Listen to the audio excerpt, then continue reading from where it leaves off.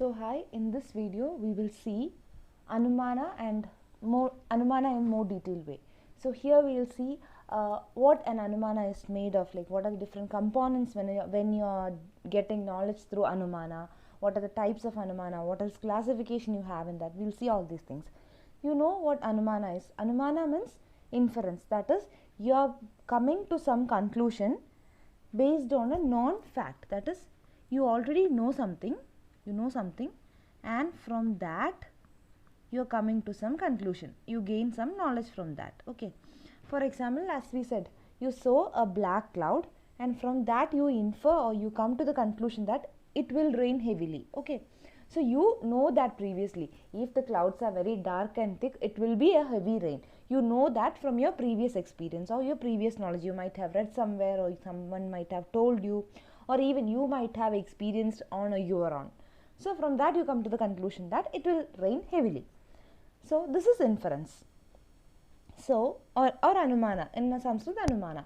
So any case of anumana, you have these 5 things or 5 pillars. They are pradignya, hedu, udaharana, upanaya and nigamana. Okay, we will see each one. Pradignya means the proposition, that is what you are going to prove. Hedu means reason. Udaharana, as the word says, it is example. Upanaya means you are applying that, an application, and nigamana means conclusion. We will see one by one now. See, this is a typical example always used to explain anumana, that is there is a mountain and you see some smoke there and you are telling there is fire in the mountain. Okay, so let this one be here, don't look at that. You see, what is pradignya here? Pradignya means a hypothesis that needs to be proved. So here it is, the mountain is on fire. Okay, that is, you have to prove the mountain is on fire. Okay, so what is hedu? Reason. Why you are saying the mountain is on fire, or what made you to think the mountain is on fire? It is this, you saw smoke there, that is the reason why, that is hedu. Okay, don't forget hedu is very important. Okay, so hedu means the reason why you are saying that.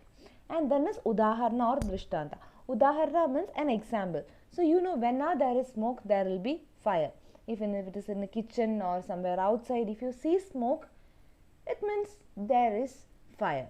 So it is because of fire, you know, smoke will be there. So whenever you see smoke, you relate that to fire. Okay, then comes upanaya, application. So you are applying what you saw there, right?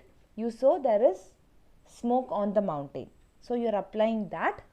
Now you have 2 things, there is smoke on the mountain, and whenever there is smoke, there is fire. Okay, so got the 2 points. You are saying there is smoke on the mountain, and you are saying whenever there is smoke, there is fire.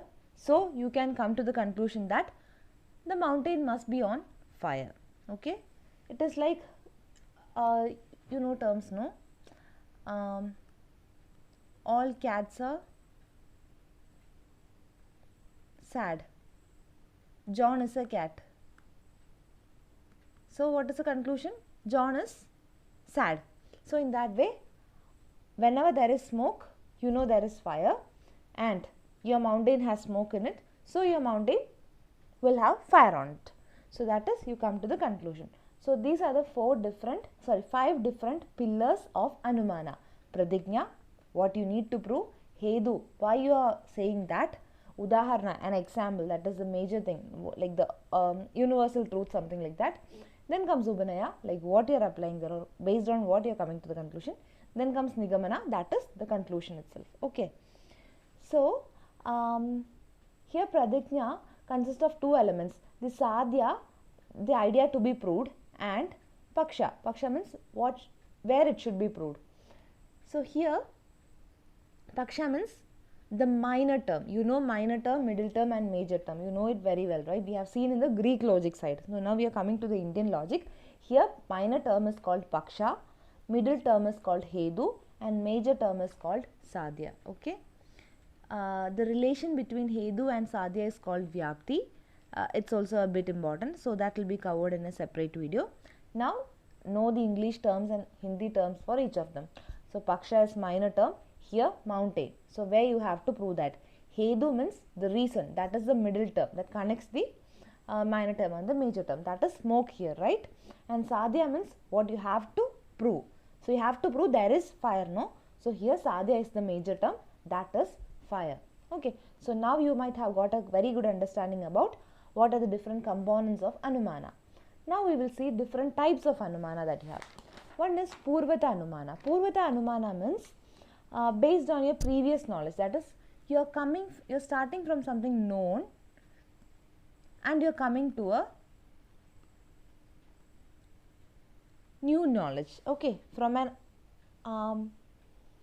observed thing to an unobserved thing you're coming, okay. So that is, you see dark clouds, so you know they are dark clouds, and from that you're concluding something new, that is it will rain. That is Purvata Anumana. So from known to new knowledge you're coming, okay.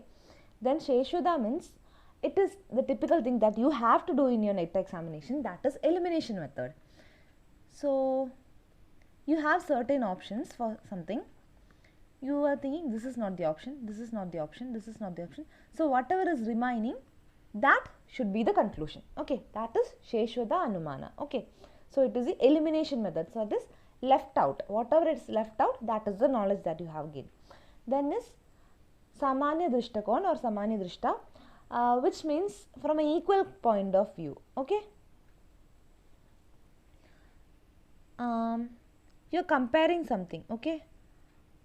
Vehicles move, they change their position, okay. There is a bus or something, they move, they change their position, you're saying. The sun moves or the earth moves, so earth changes the position. So you're comparing or you're putting some similarities from an equal point of view, or you can say some generalization. Whatever moves, you can say there is a change in the position, okay. So if something moves, there is a change in the position. Vehicles move, there is a change in the position. I move, there is a change in the position. So earth moves, earth rotates, there is a change in its position. So such kinds of generalization or viewing from an equal point of view, all these things relates to Samanya Drishta. Okay. Next you have two other classifications. One is Swartha Anumana and Parartha Anumana. So Swartha Anumana means on, you are inferring for your own purpose. So you are feeling like, okay, I have got good marks in plus 2, I have got good marks for my degree, I have secured my rank for PG. So my chances of getting net is 80%. So you are inferring for yourselves, right?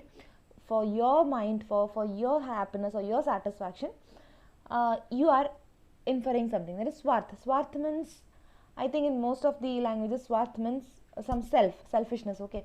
It's self. For the self purpose, you are inferring something, that is Swartha Anumana. And then comes Parartha Anumana, where you are convincing or convincing others. That is, you are inferring something to convince others, not for us, but to others. Okay. So there are totally there are 5 classifications you can say. One is Purvata Anumana, Sheshwata Anumana, and Samanyoda Drishta. These things means how you come to the conclusion, how you infer. And these 2 classifications are for whom you are inferring. Swartha Anumana, you are inferring for your own, and Parartha Anumana, you are inferring for some other people.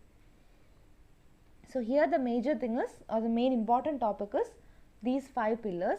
Sometimes you will be given a one statement or something, or 2 statement or something, and you will be asked like which is the pradigna or which is the hedu, or you will have a match the following with these 2 terms, pradigna, and it will be given hypothesis, hedu, reason. That these English terms are there, no? So you will be given a match the following, or sometimes you will be given statements and asked what is the hedu here, or what is one term here, whether it is hedu or udaharana or whatever it is. Or sometimes you will be simply given the English definition and asked what is the Sanskrit term for this. So anything can be asked. So be very thorough with this topic, and in the next video we will deal with the relationship between hedu and sadhya, that is vyapti. It has to be dealt in detail, so we will deal that in another video. Thank you.